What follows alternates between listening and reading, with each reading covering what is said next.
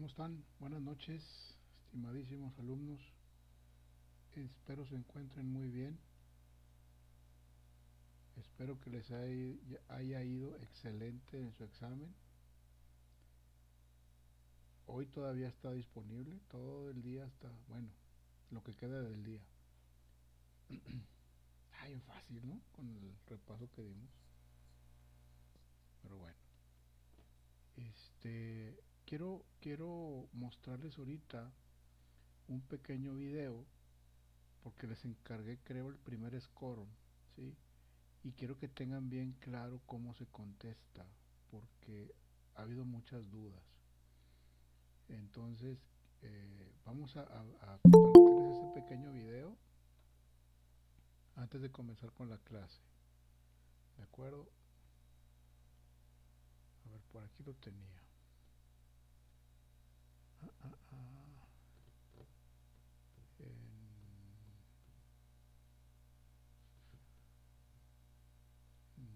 no me sale.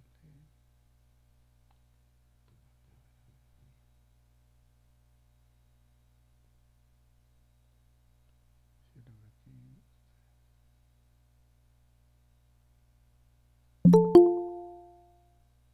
déjenme ver cómo le hago.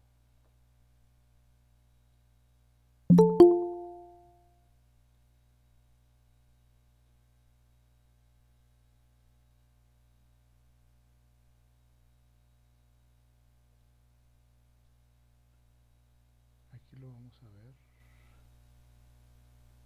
No es que sigue llegando gente, pero no pasa nada. Pero ¿dónde lo tengo? Muy bien, vamos a ver si se ve este video pequeño que hice yo. Es que no lo pude subir a la plataforma.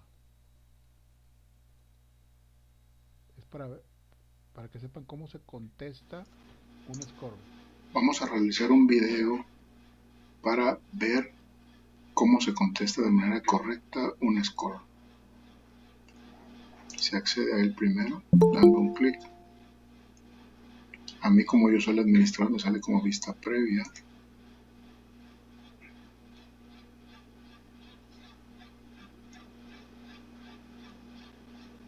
Esperamos que sea abierto y aquí iniciamos el score. Aquí vamos a ver dos paneles de flechas, es este y este. Este en ningún momento lo vamos a tocar. Este no lo vamos a usar, este es para otra cosa. Siempre utilizaremos esta parte de flechas que viene en la parte derecha, la parte baja del lado derecho. Entonces, cada vez que leemos la página, le damos siguiente. Leemos, yo lo estoy haciendo así rápido, leemos, página siguiente, leemos, página siguiente, leemos, página siguiente, leemos, página siguiente, página siguiente, y así nos vamos con cada página, solamente utilizando esta parte de flechas, parte inferior derecha. ¿Sí? Aquí vemos cómo va avanzando del lado izquierdo y empezamos con las preguntas. Contestamos la pregunta y enviar. Aquí nos va a decir si la pregunta está correcta o incorrecta. Yo estoy contestando a lo loco, como quien dice. Es nomás para mostrar cómo funciona el score. Enviamos la que sigue, siempre utilizando el enviar. Sigue, enviar, continuar, enviar, continuar. Esperamos y ahí se acaba el score. Lo que les quiero señalar muy puntualmente es que estas flechas no las usemos para nada, porque estas flechas lo va a dar avance al SCOM de manera desordenada y no es para el uso de nosotros. Estas son las que vamos a usar, ¿de acuerdo? Muy importante.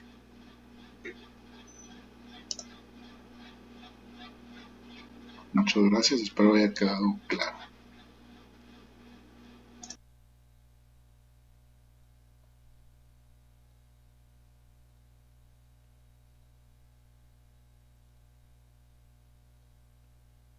¿Sí lo pudieron ver? Los que estaban ya listos aquí. No, Lick, no se miraba No se vio nada.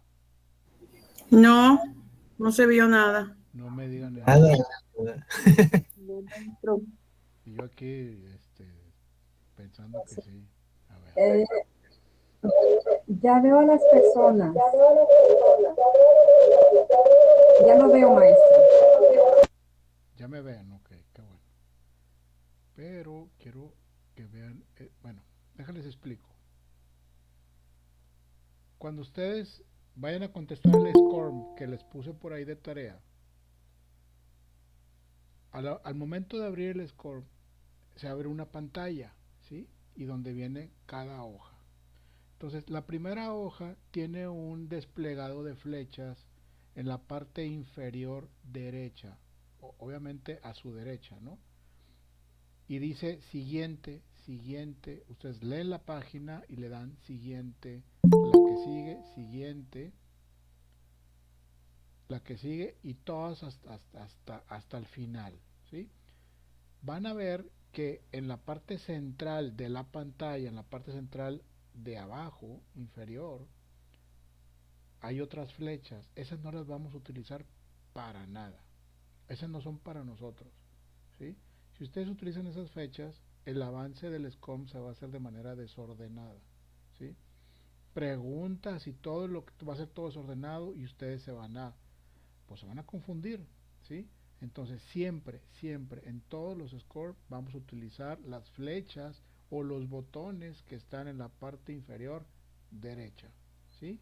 Dicen siguiente, siguiente, siguiente, hasta que llegan a las preguntas. Cuando llegan a las preguntas que les hacen a ustedes, o sea, el score ustedes tienen que estarlo leyendo y al final les hace preguntas sobre lo que leyeron, ¿sí? Entonces, a la hora que ustedes llegan a las preguntas, tienen que contestar la pregunta. No pueden avanzar si no contestan la pregunta. Entonces contestan la pregunta y le dan, creo que dice avanzar. Ya no son siguiente, ahora dice avanzar y les pasa directamente a la siguiente pregunta, la pregunta 2. Son 5 preguntas. Lo pasa directamente a la siguiente pregunta, la contestan y luego avanzan, la contestan, avanzan hasta que contesten las 5 preguntas, ¿sí? Las flechas que están en la parte central inferior, esas no se tocan, ¿de acuerdo? Porque hay alumnos que las tocan, las accionan, me dice maestro, pues mi score no está funcionando bien, ¿verdad? Porque no avanza correcto y las preguntas me las pone salteadas y ya no lo pude contestar y ya se cerró, ¿sí? Esas flechas yo he estado promoviendo que se quiten o que se escondan, esas flechas que están a mero abajo, porque confunde. Pero una vez que ya sepan, las flechas que se van a utilizar son las de la parte inferior derecha. Pueden ser flechas o puede ser simplemente la palabra sig, de siguiente, siguiente, siguiente, y luego las preguntas que puedes ir a avanzar, pero siempre del lado derecho, ¿de acuerdo? Si estamos todos en la cama, digo ahí presentes, ¿verdad? Porque veo puras fotos, uno que otro ahí se animó a abrir la cámara.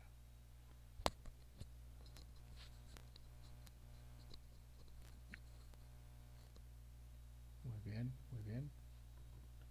Bueno, gracias. Vamos a comenzar la clase. Les voy a compartir la presentación.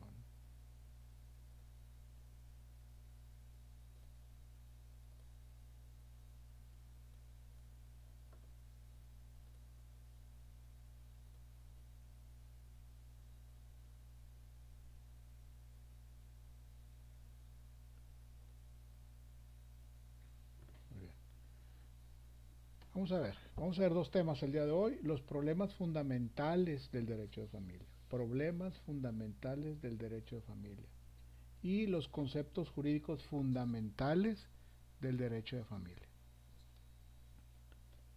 Ok, objetivo, que el estudiante asocie el derecho de familia a la gran rama denominada derecho civil, ¿sí? Que el estudiante asocie el derecho de familia a la gran rama denominada derecho civil, muy importante, donde es conveniente precisar si existe un parentesco entre el derecho civil patrimonial y el derecho de familia, ¿sí?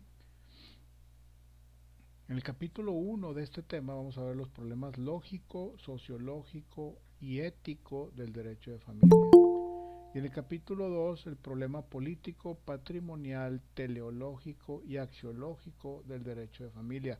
Esos temas están en la página 200 y 212, ¿sí? Para que no haya pierde y que también lo vean ustedes en el libro. Vamos a estar regresando porque hay gente que está entrando. ¿Sí? Capítulo 1. Problemas fundamentales del derecho de familia son los siguientes.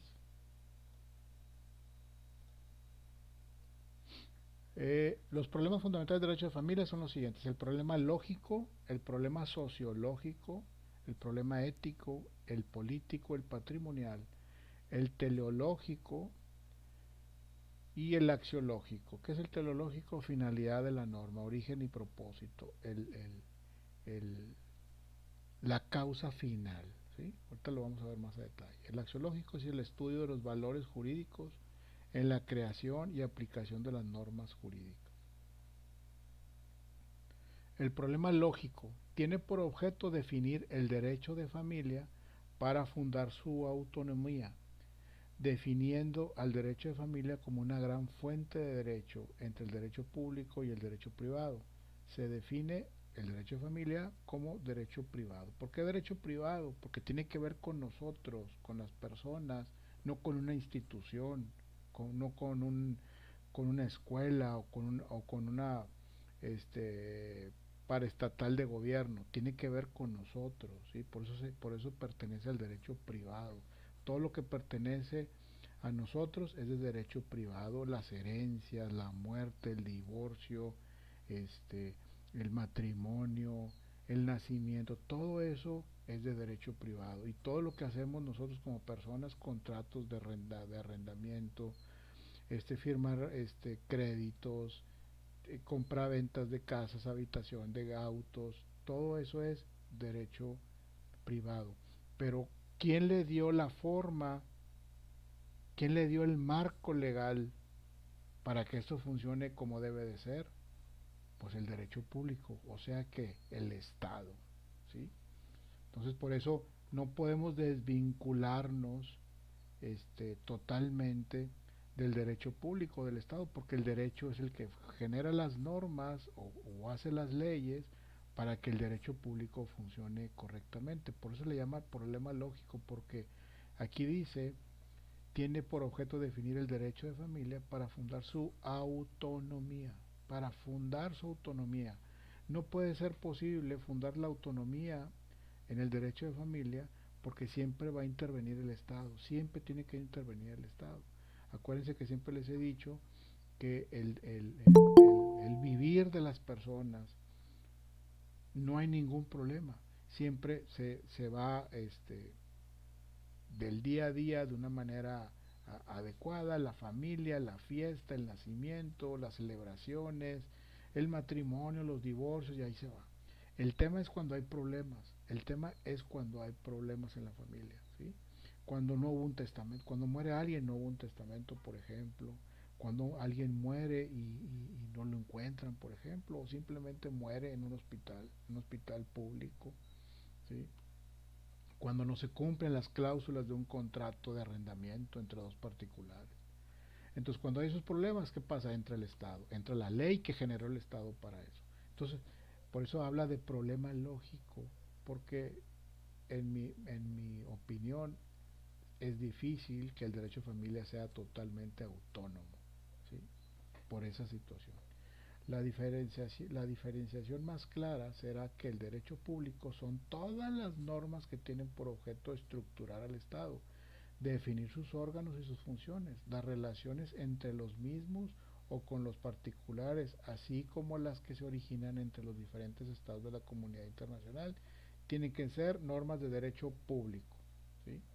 Por derecho de familia entendemos el conjunto de reglas de derecho de orden personal y patrimonial, cuyo objeto exclusivo, principal, accesorio o indirecto es presidir la organización, vida y disolución de la familia, ¿sí? Eso es el derecho privado. el problema sociológico. Desde el punto de vista sociológico podemos decir que el derecho de familia tiene por objeto la organización de la solidaridad doméstica. El problema sociológico del derecho familiar también se refiere al estudio de las instituciones domésticas desde sus orígenes y a través de la evolución que se han presentado en el curso de la historia. La sociología, ustedes llevan por ahí sociología jurídica, que es la materia que se encarga de estudiar a la sociedad, de analizar a la sociedad, de ver cómo se va comportando a la sociedad. ¿Para qué? Para que el Estado esté preparado para, como quien dice, para lo que se viene, ¿sí? Si la sociedad está viendo que hay muchos divorcios, por ejemplo, pues yo tengo que generar una figura jurídica para que los divorcios se hagan más rápidos, ¿sí? ¿Por qué? Porque si los divorcios son complejos, antes eran muy complejos, pues el aparato legislativo que conocía de los divorcios, pues se estaba volviendo loco, ¿sí? Y se estaba quedando inoperante por la cantidad de trabajo que había, ¿sí? Entonces el Estado dice, oye, se está viniendo muchos divorcios, el aparato del Estado está dejando de tener la capacidad adecuada para atenderlos, entonces tenemos que hacer las cosas que sean más fáciles, ¿sí? De eso se encarga la sociología jurídica. Oye, que va a estar viendo matrimonios del mismo sexo, no, pero aquí no va a llegar, no, no, sí va a llegar, compadre, sí va a llegar, porque ya hay, no sé, por decir algo, ya hay en México, ya hay en Puebla, ya hay en Chiapas, ya hay en Guadalajara, ahí viene para acá. Entonces vamos a crear las normas y la regulación adecuada para aceptar los matrimonios del mismo sexo, por ejemplo, ¿sí? Esa es la sociología, para eso sirve la sociología. Oye, está habiendo mucho gordo, disculpe la palabra, está mucha obesidad, mucha diabetes, ¿sí? Y los hospitales se nos están llenando de gente, se nos está llenando de gente los hospitales y por mucha diabetes ya se está muriendo la gente, por decir algo, ¿no? Entonces, ¿qué hacemos? Bueno, vamos a ponerle letreros a la comida chatarra, vamos a poner letreros que tiene exceso de azúcar, que tiene exceso de sal, que tiene esto, que tiene lo otro, ¿no?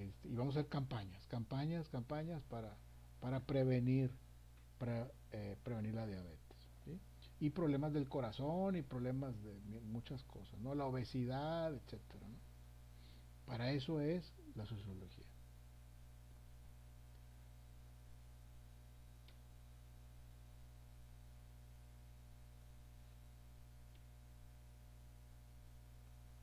Que no avanza esto.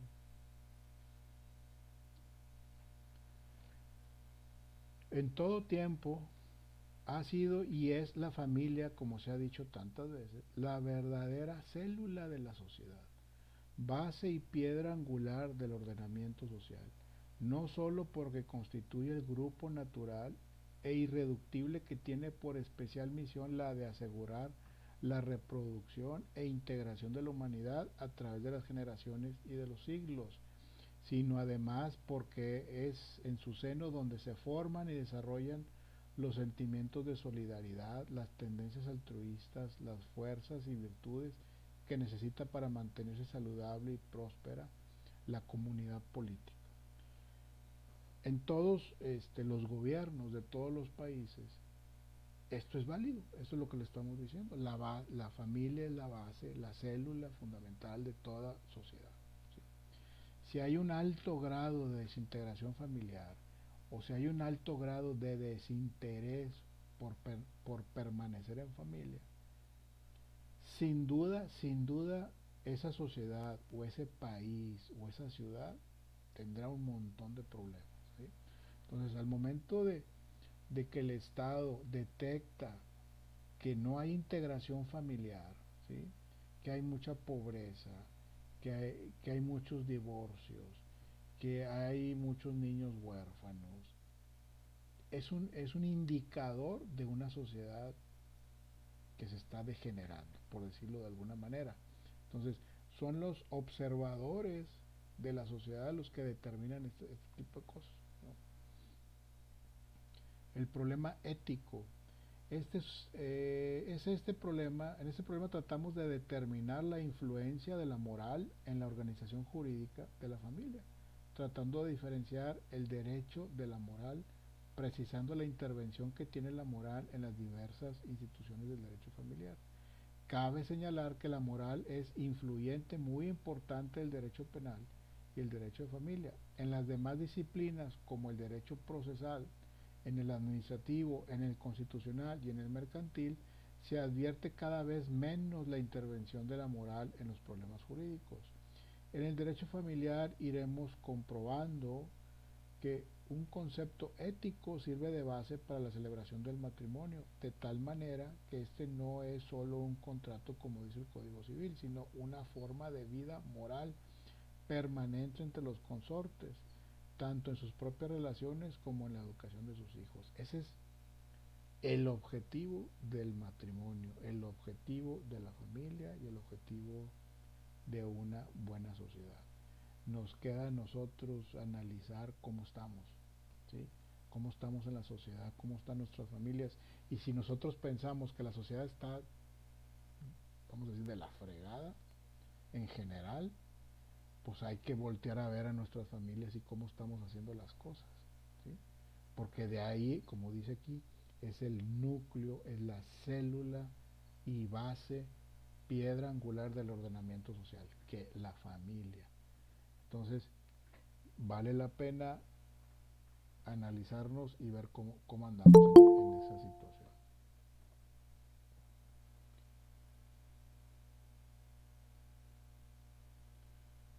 Pero los juristas lo saben, el Estado lo sabe, entonces este, están conscientes de cómo está la situación y tienen que estar preparados para atender pues, lo que se venga, ¿sí? Hoy no hay familias integradas, pues hay muchos robos, hay violaciones, este, hay asesinatos, hay algo que comentamos la gente de nuestra edad, ¿sí? Bueno, de mi edad, voy a hablar por mí.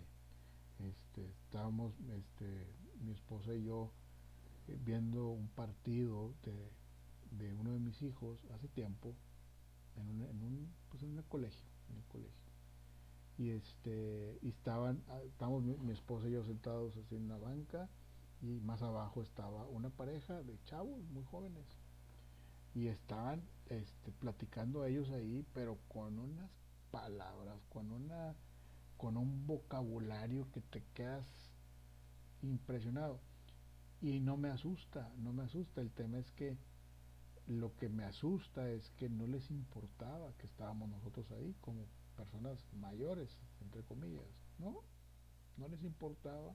Y los que estábamos ahí, íbamos con los amigos también, y dice, híjole, mira cómo está la cosa, ¿no? Entonces, pues así es la situación, es el nivel ya de educación y de respeto que se está viviendo. Muy bien, continuamos.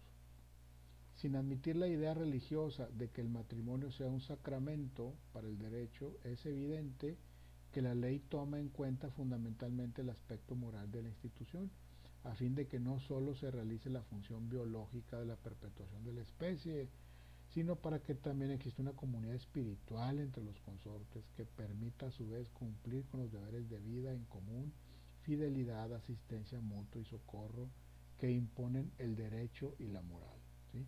Por ejemplo, el Estado está como separada o separado, no sé cómo lo quieran llamar, de la iglesia, ¿sí? De toda la iglesia, de todos los cultos, de todas las religiones, está separada, hay una brecha muy marcada entre el Estado y la iglesia. Sin embargo, el Estado sabe que la iglesia es muy importante porque mantiene a la gente tranquila, ordenada, educada, con una moral elevada, por decirlo de alguna manera. Entonces, cuando se separa el Estado de la Iglesia, pues se separa nomás de hecho y de palabra, pero intrínsecamente sabe que la Iglesia es un brazo de la sociedad que sirve muchísimo, que es muy importante que esté presente. Por eso van a hacer una iglesia o algo y el Estado da facilidades para que se construya una iglesia, por ejemplo. ¿Sí? Nunca te va a negar los permisos, etcétera, para la construcción. ¿Sí? Te da mucho apoyo porque sabe que es importante. ¿Sí? No lo dice abiertamente, pero sabe que es importante. También, por ejemplo, recuerdo que eh, a los cuando son familias pequeñas, en una plática que fuimos, nos decían que era importante que los hijos tuvieran una mascota. ¿Sí? ¿Por qué? Pues porque es importante tener una mascota, porque ellos practican también el buen trato, el respeto a los animales, etcétera. Entonces, eh, era importante y lo promovía, ¿no? Y lo promovían. Pero ya fue tanto, tanto que hay un montón pues cuando hablamos de mascotas, luego pensamos en perros y gatos. Y ya cuando hay un montón, pues ya también se genera un problema. Por eso ahora prohíben la venta de animales también, ¿sí? Como una medida a que baje un poquito. Y que se estaba haciendo ya más como negocio que por otra cosa. Son reacciones del Estado para bajar un poquito los índices de presión, o de situaciones que ellos eh, prevén que pueda pasar, ¿no? Bueno, en el problema político se plantea en el sentido de determinar si el Estado debe tener injerencia en la organización familiar. Pues sí la tiene, aunque no queramos, es lo que les decía.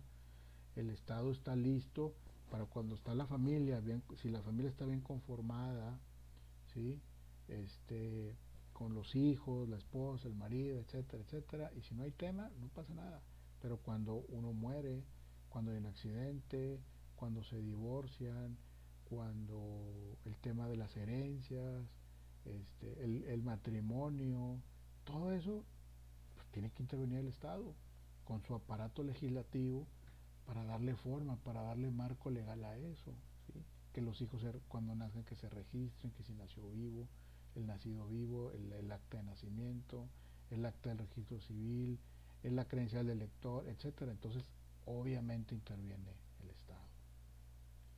Se afirma que el Estado sí debe tener intervención en la organización jurídica de la familia por estas razones, porque de la solidaridad familiar depende en medida la solidaridad política, de tal manera que peligraría la existencia misma del Estado si ocurriera la disolución de la familia o ésta estuviese organizada de manera deficiente o incompleta por el derecho. ¿Por qué el Estado debe tutelar un conjunto de intereses de orden público que existen en el seno de la familia? Porque el Estado debe de intervenir a través de sus órganos a fin de que se celebren determinados actos jurídicos tales como el matrimonio, la adopción, el reconocimiento de hijos, etcétera. Porque finalmente el Estado debe de controlar la actividad de los que ejercen la patria potestad y la tutela mediante la intervención del juez, a fin de impedir actos perjudiciales en contra de los menores. El problema teleológico. Este problema se plantea para determinar cuáles son los fines específicos del derecho de familia, la causa final, ¿sí?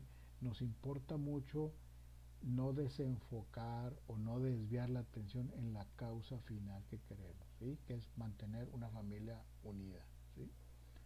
El problema axiológico, valores que determinan una sociedad. En el derecho de familia el problema axiológico se plantea desde dos puntos de vista. Por lo que se refiere al concepto de justicia que debe existir en determinadas instituciones familiares, en cuanto atañe a un régimen de seguridad tanto desde el punto de vista de las relaciones personales en cuanto a las relaciones patrimoniales, para realizar el bien común y el orden dentro del grupo familiar. ¿Okay? Vamos a ver un pequeño video, no nos tardamos.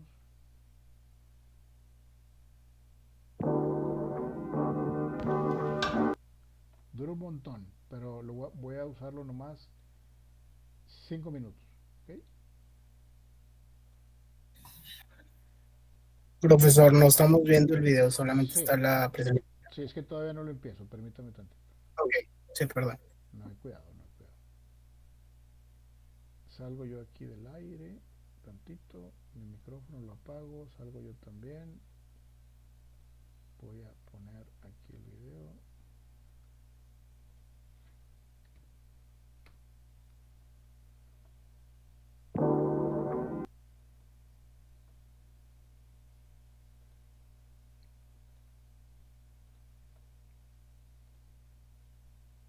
Ahí va el video.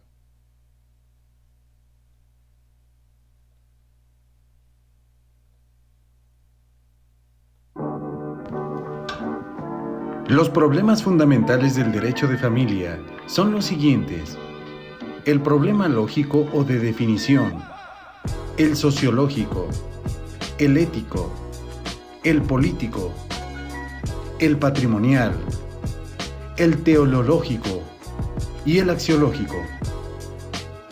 El problema lógico tiene por objeto definir el derecho de familia para fundar su autonomía. Como en todo problema de definición, procede determinar el género próximo y la diferencia específica, perteneciendo el derecho de familia a la gran rama que dentro del derecho privado se denomina derecho civil, precisando que si existe un parentesco entre el derecho civil patrimonial y el derecho de familia, o bien si es posible sostener la autonomía del derecho de familia.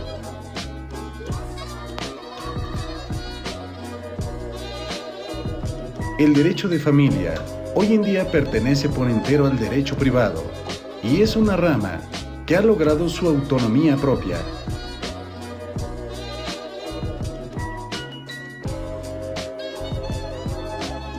El derecho de familia pertenece por entero al derecho privado, no obstante que tutele intereses generales o colectivos, siendo sus normas irrenunciables. Al ubicarse el derecho de familia dentro del derecho privado, en general, llegamos al centro del problema, que consiste en determinar si corresponde al derecho civil regular bajo un mismo sistema de normas, tanto los problemas de orden patrimonial que se presenten entre particulares cuando los de naturaleza familiar, que tienen una especial caracterización, aun cuando tengan, en algunos casos, consecuencias de orden económico. Las características del derecho de familia permiten diferenciar esta rama de todo el derecho patrimonial civil, mercantil, laboral o agrario.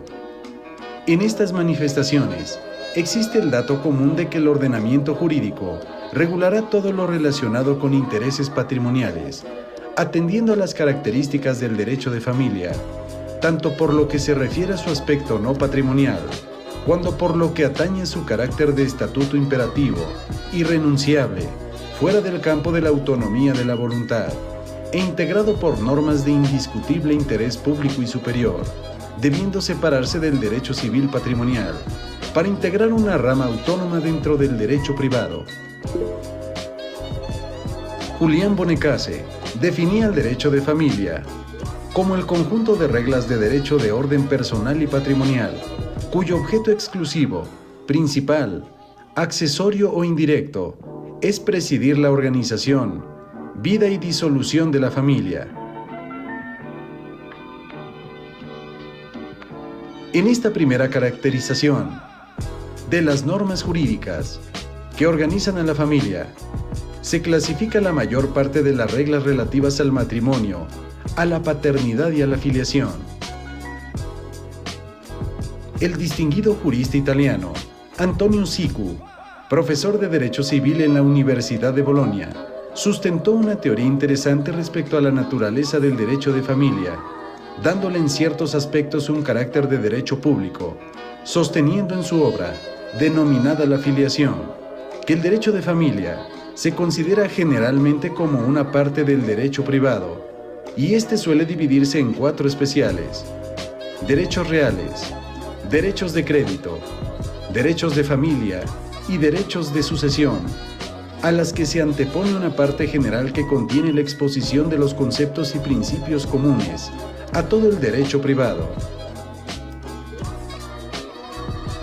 En esta tesis, el autor no postula la autonomía del derecho de familia para independizarlo simplemente del derecho civil, pero lo sitúa dentro del derecho privado. Esa autonomía se ha llevado a tal grado de separarlo totalmente del derecho privado y colocarlo en una zona intermedia que viene a ser en verdad una zona de frontera con el derecho público.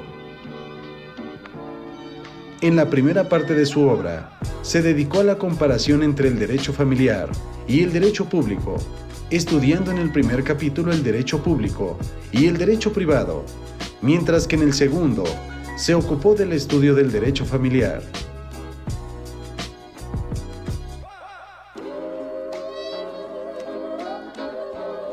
El problema sociológico del derecho de familia radica esencialmente en el tipo de solidaridad.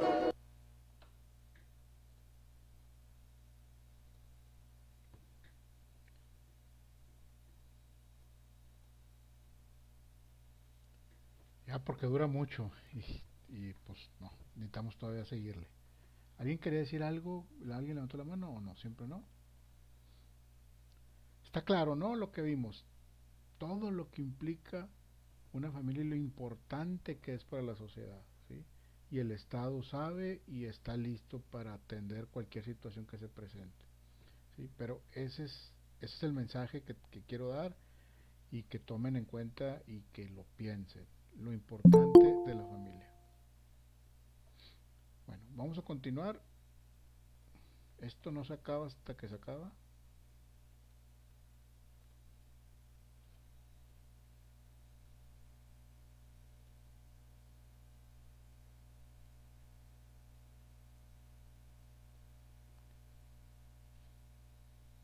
Ahora, los conceptos jurídicos fundamentales del derecho de familia. Capítulo que veremos en este capítulo.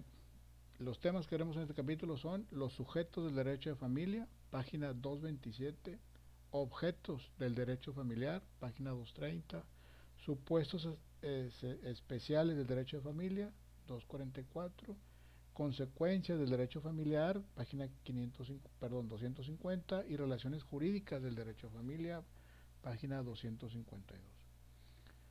Los sujetos de derecho o los objetos jurídicos, supuestos jurídicos, consecuencias de derecho, nexo jurídico y relaciones jurídicas.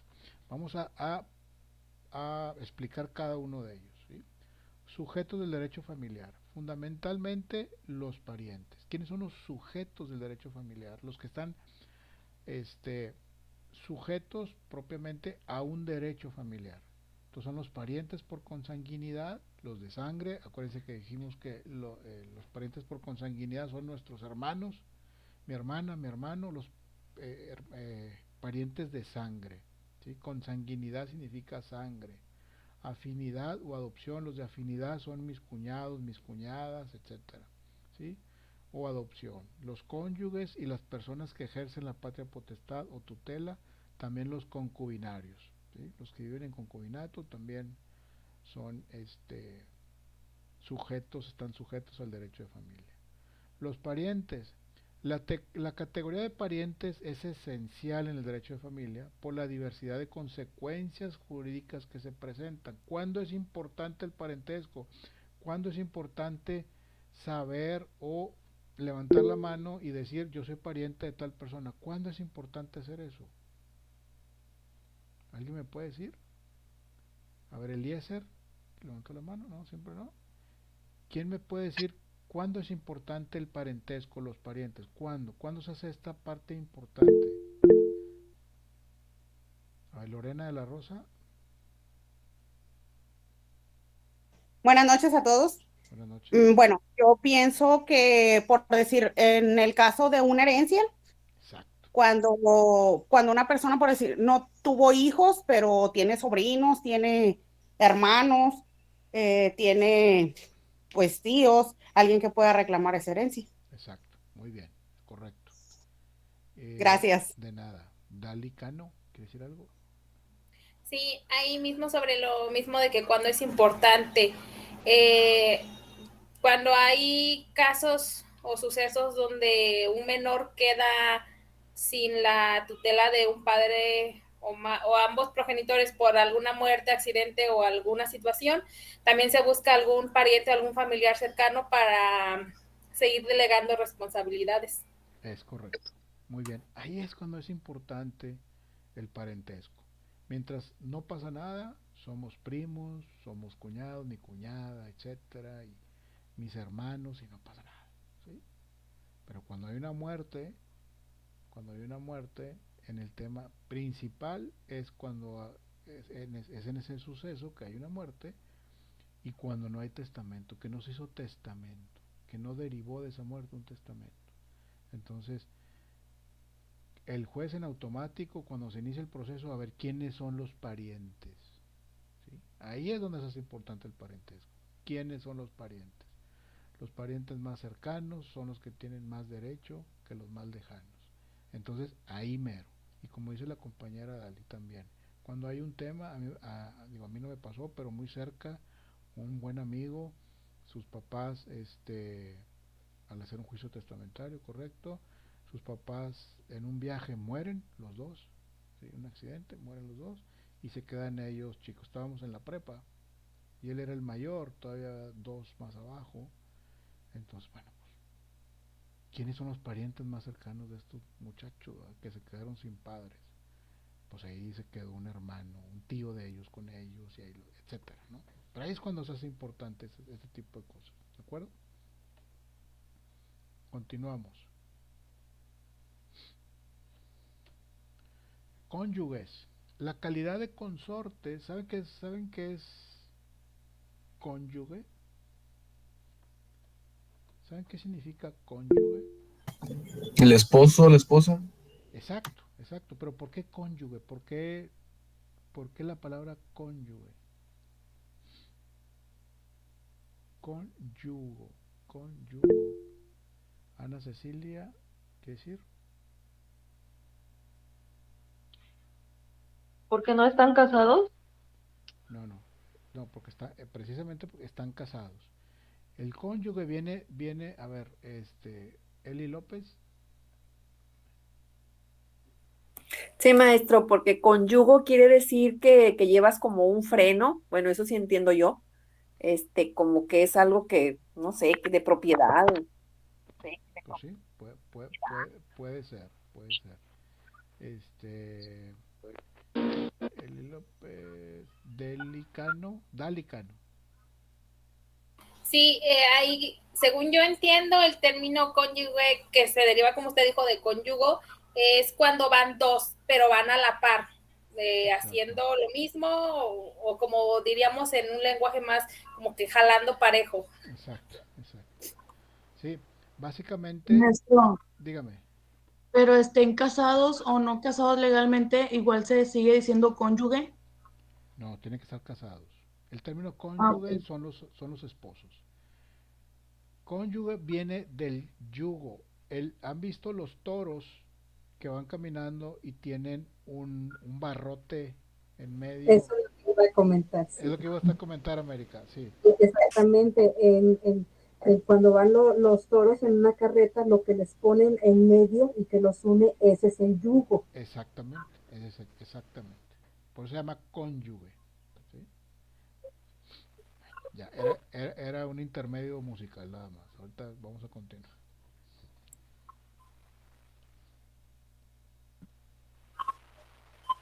Bueno, otra vez, cónyuge. La calidad de consortes o cónyuges es importantísima en el derecho de familia en virtud de que no solo crea sujetos especiales del matrimonio, con el conjunto de derechos y obligaciones que recíprocamente la ley concede e impone, sino que además se proyecta sobre los parientes legítimos, personas que ejercen la patria potestad y menores sujetas a la misma. Dentro del parentesco se originan las relaciones específicas que impone la patria potestad entre los padres e hijos, o en su caso entre abuelos y nietos, ¿sí?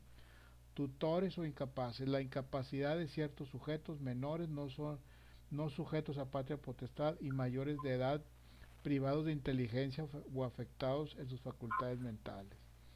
Curadores, consejos locales de tutela y jueces pupilares. En relación con la tutela misma se hace necesaria la intervención de otros sujetos que cumplan funciones especiales. Estos en particular son designados por una autoridad o por derivado de una enfermedad, ¿sí? Concubinos. En algunos sistemas como el nuestro se reconocen estos sujetos del derecho familiar. Objetos del derecho de familia. Hemos definido el derecho como el conjunto de normas que tienen por objeto regular la conducta intersubjetiva que se manifiesta en facultades, deberes y sanciones. Por ahí alguien dejó el micrófono abierto y se escucha un ruidito y objetos propios del derecho de familia. Definición de los derechos subjetivos familiares. Definición de los derechos subjetivos familiares. Cabe definir los derechos subjetivos familiares diciendo que constituyen las distintas facultades jurídicas que se originan por el matrimonio, el parentesco, la patria potestad o la tutela. ¿Cuáles son los derechos subjetivos familiares? Pues las leyes que ya tenemos ahí, al utilizarlas se convierten en derechos subjetivos. Clasificación de los derechos subjetivos familiares: se clasifican en derechos subjetivos familiares no patrimoniales y derechos subjetivos familiares patrimoniales. Un derecho patrimonial es cuando es susceptible de valorarse en dinero, de manera directa o indirecta. En cambio, se caracteriza como no patrimonial cuando no es susceptible de dicha valoración. Ejemplo de patrimoniales: derecho a heredar y alimentos en la sucesión legítima, y los no patrimoniales, el derecho a alimentos. Supuestos especiales del derecho de familia. Acuérdense que siempre hablamos de supuestos, de hipótesis. En el derecho siempre precede un supuesto o una hipótesis, ¿de acuerdo? Habrá primero que enumerar los supuestos especiales del derecho de familia, y como supuesto principal mencionaremos el parentesco, el matrimonio y el concubinato, y como supuestos secundarios la concepción del ser, el nacimiento, distintos grados de la minoría de edad, la emancipación, la mayoría de edad, la edad de 60 años para los abocados a la patria potestad o la tutela, la muerte, el reconocimiento de hijos, la legitimación, las causas de divorcio, la nulidad del matrimonio, las causas de disolución de la sociedad conyugal y en general la condición moral de determinadas personas. Estos son los supuestos especiales del derecho de familia. Al mencionarlos, pues ya sabemos de qué estamos hablando, de qué se trata. Ya no es tanto un supuesto, ¿sí? Ya eso es algo que está cuadrado, algo que se utiliza todos los días, pero nació de un supuesto, nació de una hipótesis, ¿de acuerdo? Consecuencias del derecho de familia. Para el derecho de familia existen dos tipos de consecuencias: las relacionadas con la creación, transmisión, modificación o extinción de derechos, de obligaciones y de estados jurídicos, y las referentes a la aplicación de determinadas sanciones, ¿sí? Esas son las consecuencias del derecho de familia. Y consecuencias de creación de derechos, de obligaciones y de estados jurídicos. En el derecho familiar, las consecuencias constitutivas o de creación se presentan principalmente respecto a los estados jurídicos, que a su vez originan un conjunto de derechos y obligaciones de manera más o menos permanente. Consecuencias de transmisión de derechos, deberes y estados jurídicos. Las consecuencias de transmisión son excepcionales en derecho familiar, sin embargo pueden presentarse en dos casos: en la adopción y la tutela testamentaria, ¿sí? Estamos hablando de la transmisión. Transmito, yo paso de mí a otra persona, ¿sí? La adopción permite una verdadera transferencia de la patria potestad al momento de si un menor está en un lugar especial, vamos a decir capullos, y son menores que están destinados a que sean adoptados, ¿sí?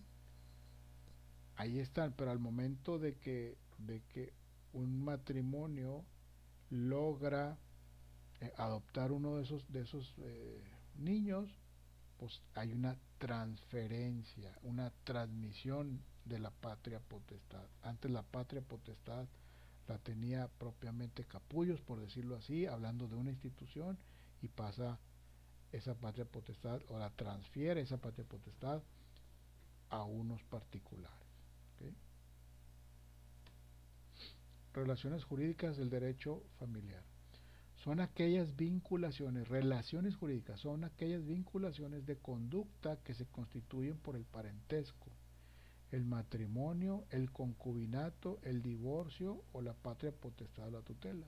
Vinculaciones, parentesco, estamos vinculados, hay una relación ahí, en el matrimonio hay una relación ahí, el concubinato está combinado, hay una relación ahí, en el divorcio lo mismo, la patria potestad lo mismo, etcétera, ¿sí? Hay una relación jurídica intrínseca entre esos entes. En cuanto al parentesco, se considera que comprende todas las relaciones específicas de la filiación legítima o natural y de la patria potestad. Respecto a las relaciones que origina el divorcio, generalmente se comprenden en el estudio de las relaciones conyugales como una prolongación y consecuencia de las mismas. Pero en nuestro concepto, tal punto de vista es considerado como inadecuado. Por último, las relaciones propias de la tutela deben ser estudiadas independientemente de aquellas que se crean por la patria potestad, pues tienen supuestos y contenidos diferentes. En nuestro derecho la tutela es separada de la patria potestad. O sea, tutela y patria potestad, la tutela es, ¿cuál vendría siendo la diferencia? Como un apoyo a una persona que tiene ciertas características que no le permiten desenvolverse completamente, ¿sí? Y la patria potestad es como si fueras, como su nombre lo dice, ahora eres su papá, por eso dice patria potestad, y ahora eres su padre y conllevas todas las obligaciones que confieren a ser a un padre, ¿sí? Derecho de alimentos, derecho del nombre, derecho del domicilio, derecho de identidad, derecho de alimentos, derecho de educación, de todas esas cosas. Derecho para el menor y obligación para el padre. Profe, yo tengo una duda. A ver, dígame. En dado caso que sean padres separados, la patria potestad es 50 y 50. Así es, así es. Previo acuerdo entre las partes, pues se van a dividir 50 y 50, pero puede ser diferente, puede ser que uno tenga el 60 y otro el 40 y otro el 70 y otro el 30, dependiendo, ¿sí? ¿Y eso es en base a algún juez o cómo Sí, es que se sí, maneja eso? la autoridad lo determina y Ok. vamos a suponer que yo tengo unos amigos que tienen así dividida la patria potestad, pero es que él trabaja mucho fuera, él se dedica a hacer este pozos, pozos de agua y petroleros y todo, entonces la pasa, de repente se va 3, 4 meses al desierto de no sé dónde entonces no pueden tener una patria postal 50-50, no se puede, ¿sí? Ok. Entonces, pero el juez lo determina, ¿sí? Tú expones y el juez lo determina. Ok, gracias, profe. De nada. Relaciones familiares patrimoniales y no patrimoniales. Como contenidos no patrimoniales serán el matrimonio, el parentesco en línea recta o transversal hasta el segundo grado, ¿sí? No patrimoniales. Y como contenido patrimonial serán principalmente las variables que genera el matrimonio, como los regímenes bajo los cuales se determina la relación, ya sea por separación de bienes o sociedad conyugal, ¿sí? En cuanto a los elementos que intervienen en relaciones familiares, deben de contener todos los elementos jurídicos fundamentales como los sujetos, los objetos, los supuestos y consecuencias. Cópulas deber ser, haciéndose indispensable en toda relación jurídica un sujeto pasivo y un activo. ¿Ok? ¿Dudas? ¿Preguntas? Yo tengo una duda, profesor. Dígame. ¿A partir de qué tiempo o plazo se puede considerar ya como un concubinato o adquiere ya derechos la pareja o la persona con la que estás en ese momento? Mira, aquí en Nuevo León se estableció ya hace tiempo que tenías que estar viviendo 2 años. 2 años viviendo en concubinato con reconocimiento de Estado. ¿Qué significa esto? ¿Cómo lo compruebas? Con testigos, ¿sí? Que comprueben que pues vivieron juntos, que hicieron pareja, etcétera, etcétera, ¿no? Que viven separados, en una casa ellos dos solos, juntos, etcétera, cosas de ese tipo, ¿no? Ok. Pero si hay hijos, creo que ya no importa el tiempo, ¿sí? Ya no importa el tiempo. Pero, que les digo, ha habido muchos cambios en ese sentido últimamente. Últimamente les estoy hablando de hace meses, ¿sí? Tal vez un año, en donde el concubinato ha dejado de ser tan regulado. ¿Sí me explico? O sea, con el solo hecho de comprobar que están juntos, ya generas algo de derechos. Y no, lo que les voy a decir, no estoy seguro, ¿sí? Para que no haya confusiones. Uno de los requisitos que era indispensable para que sea el concubinato es que los dos fueran divorciados, ¿sí? Digo, el caso que hubieran sido casados, que fueran divorciados, ese era de a fuerza, ¿sí? Creo que se está viendo que eso ya no va a importar, ¿sí? Si por ejemplo una persona, pues generalmente los hombres son los que andamos haciendo esas cosas, que se van por ahí y tienen un amante, vamos a decirlo, un amante, siguen casados, esa amante tiene derechos, ¿sí? Ya tiene derechos casi como concubinato. Entonces a la hora de una herencia, si no hay un testamento, estoy armando un cuadro, la mujer entra en el cuadro de que puede heredar, ¿sí? Si se comprueba que fue amante. Eso es algo que se está viendo ahorita, no sé si ya está aprobado, pero sé que en algunas partes de la República ya está aprobado, ¿ok? Entonces, mira, se levantaron las manos, pero bastantes manos.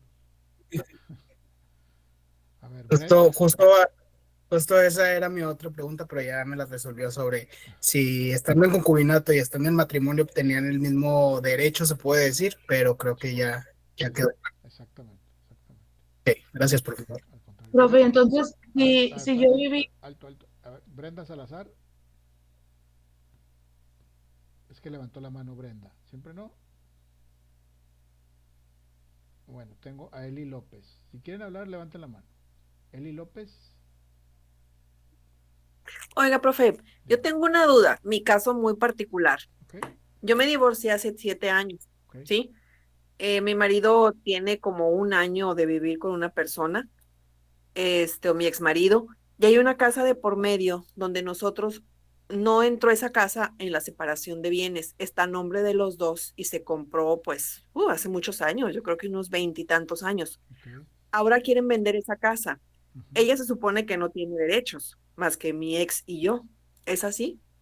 Sí, bueno, en ese caso particular sí, porque la casa, su escritura está a nombre de los dos, ¿sí? Independientemente que no estén casados. Entonces, esa casa es de ustedes, de lo que dice la escritura, ¿sí? Eso Ok, no hay gracias, tema, maestro. de nada. Gracias. De nada. Profe, yo tenía levantada la mano, pero no podía hablar. Okay. Soy Brenda. Sí, adelante, Son Brenda. temas súper polémicos. Yo creo que todos tenemos dudas en cuanto a esto. La primera ya la resolvió, era el tema de la iglesia. ¿Qué significaba para ustedes? Ya lo dijo, que era como algo que regulaba a la sociedad, que ayudaba. Claro. La segunda era en cuanto a la nulidad del matrimonio. ¿Cuándo se puede, cuándo aplica esto? Bueno, por ejemplo, una de las objetivos del matrimonio es perpetuar la especie, ¿sí? Si no hubo ese débito carnal en el matrimonio, esa es una de las principales causas, ¿sí? Y que se pueda anular, ¿sí? Se puede anular también cuando hay violencia. Hay varias cosas, la verdad es que no me las sé de memoria, pero pues valdría la pena revisar el Código Civil, el nulidad de matrimonio, y ahí vienen las causas. Pero una es esa, que no se dio el débito carnal, que haya violencia, que sea una de las personas que sea un delincuente comprobado, varios de ese tipo, que se haya descubierto que tiene una enfermedad venérea antes del matrimonio, que se haya adquirido antes del matrimonio. Ese tipo de cosas son causales muy puntuales de anulación del matrimonio. Hay ciertas, ¿cómo te diré? Protocolo que se debe de seguir o ciertos elementos de validez para que eso se dé, ¿sí? O sea, en los tiempos, ¿sí? Si por ejemplo es un delincuente esta persona, pero ya pasaron 20 años de casados, pues eso ya no es nulidad, ¿verdad? Por ejemplo, ¿sí? También en el caso de la mujer, si está embarazada tantos días antes del matrimonio y que no es de la persona, se anula el matrimonio. Hay varias causas, es una lista más o menos interesante. ¿Y el procedimiento, profe, es igual mediante una demanda? Sí, o sea, son procedimientos que se persiguen, escuchen la palabra, de oficio, ¿sí? ¿Qué significa que se persiguen de oficio? Que tú tienes que iniciar el procedimiento, ¿sí? La ley ahí está, pero tú tienes que iniciar el procedimiento, tú lo tienes que empujar, tú lo tienes que... Levantar la mano. Sí, haz de cuenta, levantar la mano, y no solamente levantar la mano, sino darle el seguimiento que debe ser, ¿sí? Porque el juez, si ya no metes ningún escrito, él no va a hacer nada. Ok, y la tercera y última pregunta era ¿cómo se enteran de los cambios de reforma o cambios a la ley? Si son bastantes de a cada rato y en qué momento, cómo lo hacen oficial. Por ejemplo, si tú eres una abogada que ves temas de lo familiar, tendrás que estar muy pendiente de tu área, ¿sí? De tu área. Ahí está el periódico oficial que anuncia todos los cambios que está habiendo en las leyes. Y ese periódico oficial tú te puedes inscribir y te puede llegar de manera electrónica algún correo o algo y te va avisando. O hay lugares donde tú lo puedes ir a revisar para ver qué cambios ha habido. Cuando tú estás en una materia de leyes de familiar o mercantil o sucesiones o lo que sea, a la hora que ves un asunto, tú inmediatamente tienes que ir a ver, oye, ¿qué asunto es? Oye, hubo un robo, hubo un fraude o ¿cómo te diré? Cualquier cosa, ¿no? Cualquier asunto que quieras tratar, inmediatamente hay que ir a ver qué cambios ha habido en la ley. ¿Cómo actualizarse? Exactamente. Ok, gracias, maestro. De nada, al contrario. Lorena de la Rosa, ¿quiere decir algo? Sí, buenas noches otra vez. No hay cuidado. Yo tengo una duda. Sí. Yo tengo la duda. Por decir, ahorita que comentaba sobre la esposa, en caso de una herencia. Si la esposa tiene hijos y la concubina no, la concubina como quiera entra en esa herencia o solamente si tiene hijos. Si no dejó testamento, la concubina entra, aunque no tenga hijos. Ah, ok, muy bien. Si es que las leyes van cambiando. Sí, exactamente. Por eso los hombres deben de cuidarse más, ¿verdad? Sí, está muy la verdad es que, digo, con todo respeto, sí. Lo que hemos platicado varios abogados es que a la mujer se le ha estado dando mucho, pues no quiero decir poder, pero muchas formas de reclamar cosas, ¿sí? Le están dando ciertas facilidades para reclamar cosas. Entonces, ahorita, por ejemplo, una mujer si te dice, si te señala que tú la viste feo o la que hiciste, la incomodaste con la vista, ya te puede demandar, ¿sí? Ya te puede demandar y que me estuviste acosando, ¿sí? El delito del acoso es muy relativo, es muy abierto. Entonces, ya te metió un problema. Así en un ratito. Y a lo mejor no llegas a nada, pero ya te metió en un problema enorme, ¿sí? Entonces, como que se está desbalanceando esa parte y estás dejando así como que en estado de indefensión o al hombre, ¿no? Por todas estas situaciones. Pero bueno, sí hay que balancear eso. Digo, no queremos tener nosotros más facultades que las mujeres, ni mucho menos, pero que sí esté balanceado para que no haya abusos, ¿sí? Aunque si tú declaras algo en falso, pues es un delito, ¿sí? Pero a veces, digo, yo he sabido de asuntos de mujeres que demandan al hombre por cualquier cosa, porque me vio feo, ¿verdad? Porque me vio feo. Hubo un caso muy sonado, les los platico así muy rápido.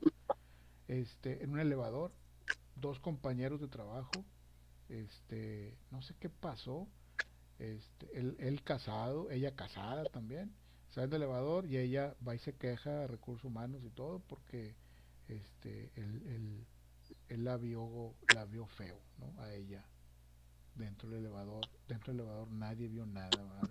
O sea, no hay testigos, no hay nada, pero ella se sintió agredida y a él lo tuvieron que correr, ¿sí? ¿Sabes qué? Entre que si son peras o son manzanas, porque él decía, ¿cómo? Y ella tenía, por decir, un año de haber entrado, y él tenía 20 ya estando ahí en la empresa, ¿sí? Entonces, eso le pasó. Entonces dices tú, híjole, y el jefe de él como que, ¿sabes que Pues mejor te voy a tener que correr, compadre, para no, que no haya problema, te voy a tener que correr. Pero después de 20 años, entonces, pues como que muy complicado, ¿no? No le dieron el beneficio de la duda. Entonces, así están las cosas ahorita, ¿sí? Lorena de la Rosa, bueno, ya platicamos, ¿verdad, Lorena? Y luego tengo a Dali Sí, Campos. profe, ya. Gracias. De nada.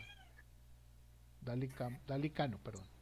Sí, ahorita en una me parece que fue la anteúltima diapositiva que puso, hablando de los derechos por transmisión, hablaba usted de la adopción, que cuando los padres biológicos dan en adopción a un hijo. Pero ahí a mí me quedó la duda. Cuando das en adopción un hijo, ¿puede el padre biológico seguir teniendo derechos? Algo decía su diapositiva y es que lo estaba yo buscando ahorita en el libro para tomar la referencia, pero no lo encontré. Entonces, cuando tú das en adopción un hijo, puedes seguir teniendo derechos y no ceder la patria potestad, o en automático tienes que ceder todo y ya pierdes tus derechos. Mira, la otra vez estaba leyendo algo de eso precisamente y decía precisamente el libro en un texto, decía que el padre que cede los derechos o que cede al hijo en adopción continúa con sus derechos, ¿sí? Continúa con sus derechos y obligaciones con el hijo que está dando en adopción. No se le exigen, en la práctica no se lo exigen porque ya se está haciendo cargo otra persona, ¿de acuerdo? Entonces, pero sí, la ley no lo exime de esos derechos que tiene sobre el hijo. Ok. Y ahorita en el otro tema que estaba mencionando de las concubinas, según yo tengo entendido, la verdad no fue relevante como para mí en su momento de investigarlo, pero según yo fue polémico. En septiembre del año pasado se aprobó que, según bajo las leyes, las concubinas, o fueran, llámense amantes o concubinas, aún estando el esposo casado y viviendo con la esposa, tenían derecho a recibir pensión. ¿Sí? Ya sea que tuvieran hijos, no tuvieran hijos, o sea, dependiendo del tiempo que estuvieran, ya tenían ese derecho. Así es. Entonces, comentaban las esposas que como la esposa que vivía con él tenía menos derecho que el amante, por decirlo así de algún modo. Es una lástima, porque la verdad, a la hora que revisas cómo han cambiado las cosas, el matrimonio es lo mismo que un concubinato o un amaciato, si lo podemos hablar así. O sea, no hay diferencia. La única diferencia es que en el matrimonio, fehacientemente con el acta de matrimonio, compruebas que estás casado, ¿sí? O que estás casada. Esa es la diferencia. Y la otra diferencia, ya es todo. Y cuando es un concubinato, tienes que comprobar que viviste en concubinato, ¿sí? Y cuando es un amaciato, pues tienes que comprobar que viviste en amaciato, ¿sí? Con testigos, etcétera, etcétera. Y en el matrimonio no, ahí está el papel, aquí está, ¿va? Esa es la única diferencia, es lo que dicen los ciertos abogados. Así es la única diferencia. Entonces entonces el matrimonio, ¿dónde va a dar? Pero pues así está la cosa. Sí, ok, gracias, profesor. Vale Salazar, ¿quiere decir algo? Sí, mis padres se divorciaron aproximadamente hace como 3 años. Okay. Y no sé cómo mi mamá me dijo que si en 6 meses no sacaban el acta, algo así de divorcio, no valía. Y o sea, cuánto tiempo tiene para sacar el acta de que ya están divorciados. Y no, porque, o sea, también mi suegro estuvo casado anteriormente, y nunca sacó su acta y actualmente sigue apareciendo como casado con la señora. Bueno, entonces O sea, como cuánto tiempo tiene que pasar el acta es para que, el acta es el resultado, ¿sí? Es el resultado de un proceso concluido, ¿sí? El acta de divorcio es el resultado de un proceso concluido, ¿sí? Lo que cuánto puedo, tiempo tiene que pasar para que pueda, es que o no, sea, para que pueda sacar eso. es que no va a ser solo, ¿sí? Es lo que les decía ahorita, ustedes tienen que empujar y generar ese procedimiento, esa petición de parte no se hace de oficio. Entonces tiene que concluir, Sí, seguramente algo falta por concluir para que ya salga el acta de divorcio. Entonces chequen esa parte. ¿Ok?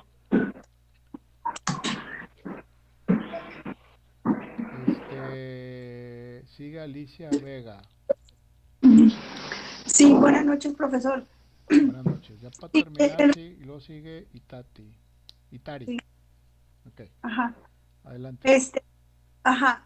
Bueno, en realidad, bueno, ya esperé un poco que ya fue contestando mis dudas. Ok, qué En bueno. realidad, sí, me da mucha interesante, sobre todo en la anulación del matrimonio, que entonces, por lo tanto, la infidelidad no conlleva ningún delito, o sea, se puede cometer infidelidad, pues está hablando que el amante va generando derechos y la concubina y demás. Entonces, nos queda claro que va perdiendo digamos, poder o digamos, poder el matrimonio. Va perdiendo importancia. Importante. Así yo lo veo. Importancia legalmente hablando, ¿verdad? Porque, por ejemplo, yo creo en el matrimonio, yo siento que es la mejor forma, estoy hablando de manera personal, pero a la hora de si hay un amante por ahí, de un lado o del otro, pues tiene derechos. Pues yo les recomiendo, están casados ustedes, que hagan el testamento y pongan todo en orden, porque en la herencia eso sí lo pueden acotar, ¿sí? Porque si está el testamento escrito donde le hereda a sus hijos naturales, a los más cercanos, a los primeros hijos que tuvo, pues van a ser a ellos, ¿verdad? No puede llegar la concubina o la amante, oye, quiero yo algo. No, comadre, aquí no estás por escrito, aquí no estás mencionada. Pero si no hay testamento, ella puede levantar la mano y hacer valer sus derechos. Pero así es, el matrimonio empieza a perder importancia. Ok, profesor, ¿y hay alguna cantidad de tiempo para que la concubina empiece a generar derecho? Si hay hijos, no hay ningún tiempo. O ¿Sí? sea, con el hecho de ser madre o tener un hijo. Exacto. Y lo que decía el compañero hace ratito, a Jonathan, se dice en la ley que tiene que estar viviendo 2 años con la persona. Comprobar que vivieron 2 años juntos. 2 años. Así es. Okay. Pero sí. Ay, perdón. No, las cosas han cambiado. Al rato le van a poner una semana, no sé. Efectivamente. Por ejemplo, lo que comentaba la señorita en el caso del divorcio, que si hay que terminar el proceso, yo creo, es como en el caso, por ejemplo, mi suegra falleció, pero después de 25 años, o sea, nunca terminaron el proceso de generar el acta de defunción. Uh-huh.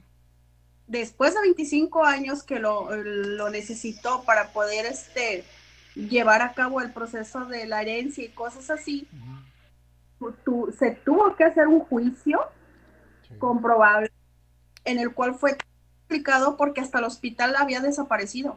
Sí, pues imagínate. Entonces, esto conlleva a que al final del día cualquier proceso que inicies tienes que verificar que efectivamente ha llegado hasta el punto final, como obtener el acta, ¿no? Exactamente. Siempre tienes que empujarlo, tú no son de oficio. Son a petición de parte, entonces uno lo va empujando y dice, oye, pues nunca me dio ningún papel, pues lo pediste, no, pues nunca lo pedí. Ah, bueno, pues entonces, ¿sí me explico? Así funciona. Ok, gracias. Gracias, profe. Itari, ¿quiere decir algo? Buenas noches. Buenas noches. Tengo una duda. Sí. ¿Qué tan cierto es que un menor tiene que tener a fuerzas el apellido del papá para poder recibir la pensión alimenticia? No, no necesariamente. Bueno, es que lo que pasa, el tener el apellido del papá ayuda a comprobar que ese es el hijo de él, ¿sí? Esa es una de las formas, ¿sí? En caso de que haya duda, persista la duda, bueno, pues hay muchas pruebas, ¿no? Pero el hecho que tenga el apellido es un accesorio solamente, ¿sí? El apellido no va a determinar el derecho que tiene o la obligación que tiene de dar alimentos o pensión, ¿sí? Hay más cosas que hay que hacer. Ok, muchísimas gracias. En mi caso me comentaron que tenía que tener a fuerzas el apellido para poder empezar la demanda alimenticia. Okay. Y me quedé con esa duda y por esa razón no pude meter la demanda porque me pedían a fuerzas cambiar el apellido. Pero entonces, ¿el hijo de esa persona sí es hijo de él? Sí. Okay. ¿Y por qué no tiene el apellido? Porque lo registré como madre soltera. Ya. Bueno, así, pues a lo mejor en ese caso sí hay que hacer el cambio, porque sí es hijo de él y a lo mejor él está impugnando esa parte, pues no tiene ni mi apellido, ¿verdad? Puede ser que es del otro lado el que él pueda defenderse, si no quisiera dar o está renuente en dar los alimentos, él puede decir, pues no tiene ni mi apellido, pues cómo sé que es mi hijo. Por ejemplo, se me ocurre. Ok, muchísimas gracias. De nada, al contrario. Bueno, con esto terminamos. Muchas gracias. Nos podemos quedar aquí platicando varias horas. Pero bueno, hay cosas que hacer. Les agradezco mucho y cualquier duda, cualquier cosa, estamos en contacto y nos vemos el próximo lunes a las 8 de la noche igual. ¿Bueno? Gracias, profe. Gracias, profe. Buenas noches. Buenas noches, compañeros. Buenas noches. Buenas noches. Buenas noches a todos, que descansen. Gracias, profe. Al contrario. Buenas noches. Buenas noches. Profe, estaría bien hacer un día de un debate o así de ideas y dudas. Pues sí, estaría muy bien. ¿Cuándo? Pues quién sabe, pero organícense. Gracias, maestro. Buenas Al noches. contrario, buenas noches. ¿Quiere decir algo Alicia Vega o no? No. No, yo creo que lo dejamos para la próxima, profe. Bueno, okay. Gracias. Gracias.